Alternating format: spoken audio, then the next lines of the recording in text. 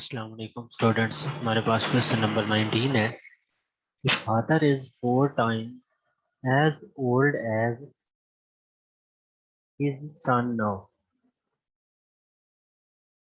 कि बाप जो है उसकी उम्र 4 गुना ज्यादा है जितनी उम्र उसके बेटे की अब है उससे ज्यादा है। मतलब बाप की उम्र बेटे की उम्र से 4 गुना ज्यादा है। After 24 years he would only be twice as old as his son। 24 years के बाद उसकी एज अपने बेटे की एज के 2 गुना होगी। What are the present ages of the son and father? तो स्टूडेंट से इसमें बता रहा है कि जो बाप है उसकी उम्र बेटे की उम्र का 4 गुना ज्यादा है, लेकिन 24 साल के बाद जो बाप है उसकी उम्र बेटे की उम्र का 2 गुना हो जाती है। तो कंसिडर कर लें कि एज की जो बेटे की है वो एक्स है और जो वालिद की एज है वो वाई है। तो जो वालिद की उम्र क्या है, 4 गुना है बेटे की उम्र की। फॉर एग्जाम्पल वालिद की उम्र वाई है तो बेटे की उम्र कितनी होगी, 4x होगी, 4 गुना ज्यादा होगी। तो यहाँ से एक इक्वेशन हमारे पास बनेगी 4x - y बराबर है 0 के। तो 24 years 24 सालों के बाद बाप की जो उम्र है वो 2 गुना होगी बेटे की उम्र की। तो 2x y + 24 बराबर होगा 2 × x + 24। तो 2x - y बराबर होगा -24। इन दोनों इक्वेशंस को सॉल्व करने के बाद हमारे पास x की वैल्यू जो है 12 बनेगी एंड y की वैल्यू 48। क्वेश्चन नंबर 20 है हमारे पास। Ahmad bought 2 fruit carrots C1 and C2 from Jang Bazaar at price of 320 and 380 rupees respectively. Each carrot contain mangoes and apples according as C1 के अंदर mangoes 2 kg and Apple 4 kg, C2 के अंदर दोनों 3 kg है। What is the price of 1 kilogram of mangoes and apples each? Let the per kilo price of mango क्या है x है and पर किलो एप्पल की क्या है y है। 2x + 4y बराबर है 320 एंड 3x + 3y बराबर है 380। इनको सॉल्व करेंगे तो हमारे पास जो है इसकी x की वैल्यू 92 बनेगी एंड y की वैल्यू 34। नेक्स्ट है question number 21। Bilal with his 2 friends went to natural ice cream spot and ordered for 3 cups C1, C2, C3, 1 cup for each person. Each cup contains 7 units of 3 kind of flavors. The number of units of flavors of ice cream in the cups is given by flavor is 7,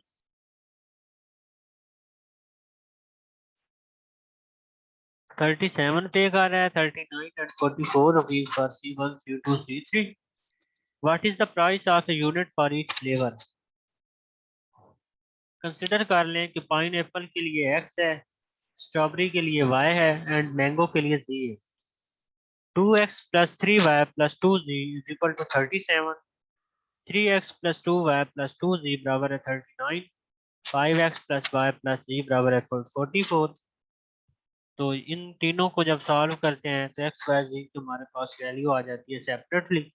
x बराबर 7 के होगा, y 5 के and z 4 के। Next है हमारे पास question number 22। The shopkeeper earned a total profit of 100 for sale of certain number of kg of orange, mangoes and grapes. If the profit earned on mangoes, oranges and grapes is 10 per kg, 6 per kg and 2 per kg, मतलब orange का जो profit पर KG है वो 10 है, mango 6 है and grapes 2 rupees है। Total profit earned on mango oranges is 20 more than the total profit earned on mangoes.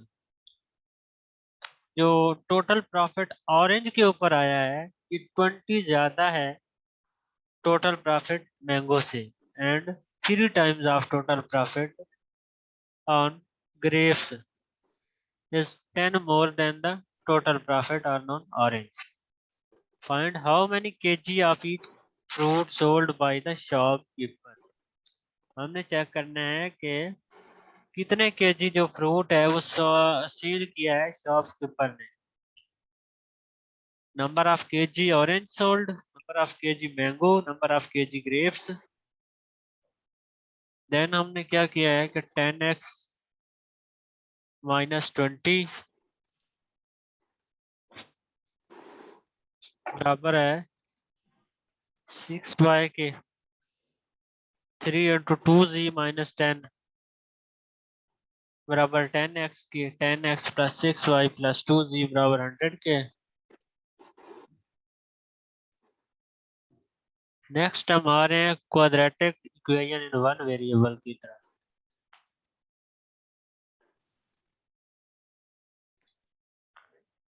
Standard form जो है क्वाड्रेटिक को हमने पहले भी एक दफा डिस्कस किया था। ax² plus bx plus c बराबर है 0 के। a b c जो इसमें नंबर यूज हो रहे हैं ये कांस्टेंट होते हैं। जो हाईएस्ट पावर वेरिएबल के साथ कांस्टेंट होता है वो नॉन जीरो होता है। सॉल्यूशन सेकंड डिग्री इक्वेशन का क्या होता है? Solution of an equation is called its roots. किसी भी इक्वेशन का जो सॉल्यूशन है वो उसका रूट कहलाता है। Number of roots of an equation is equal to its degree.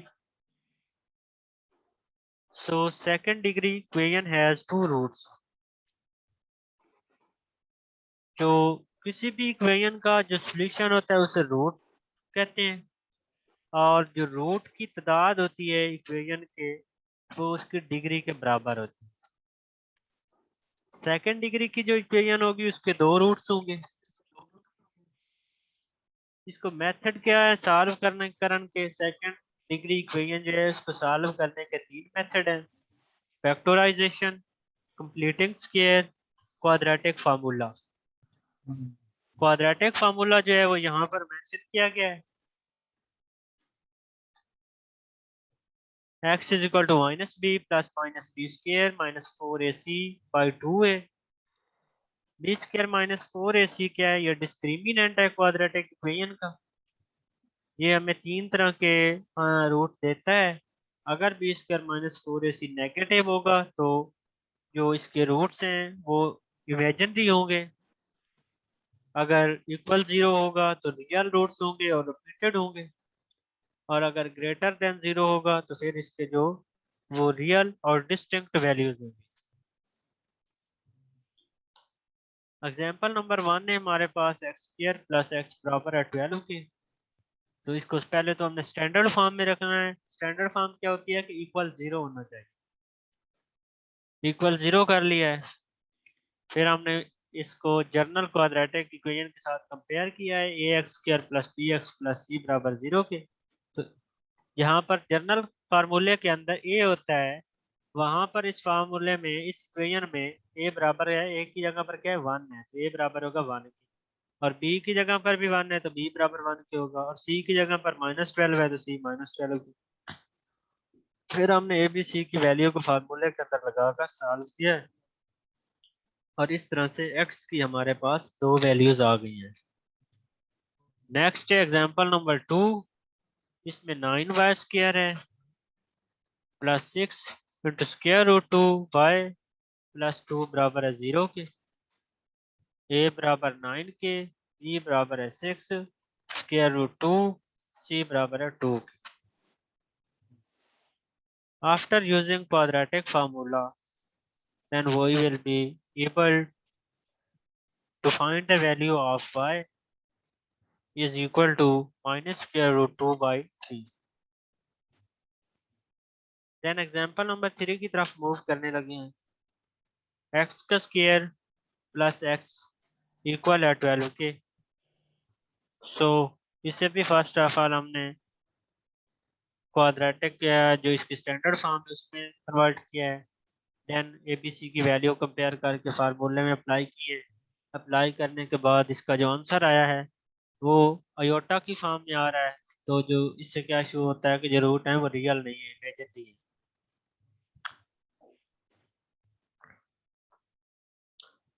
Next है जी क्वेश्चन नंबर 25।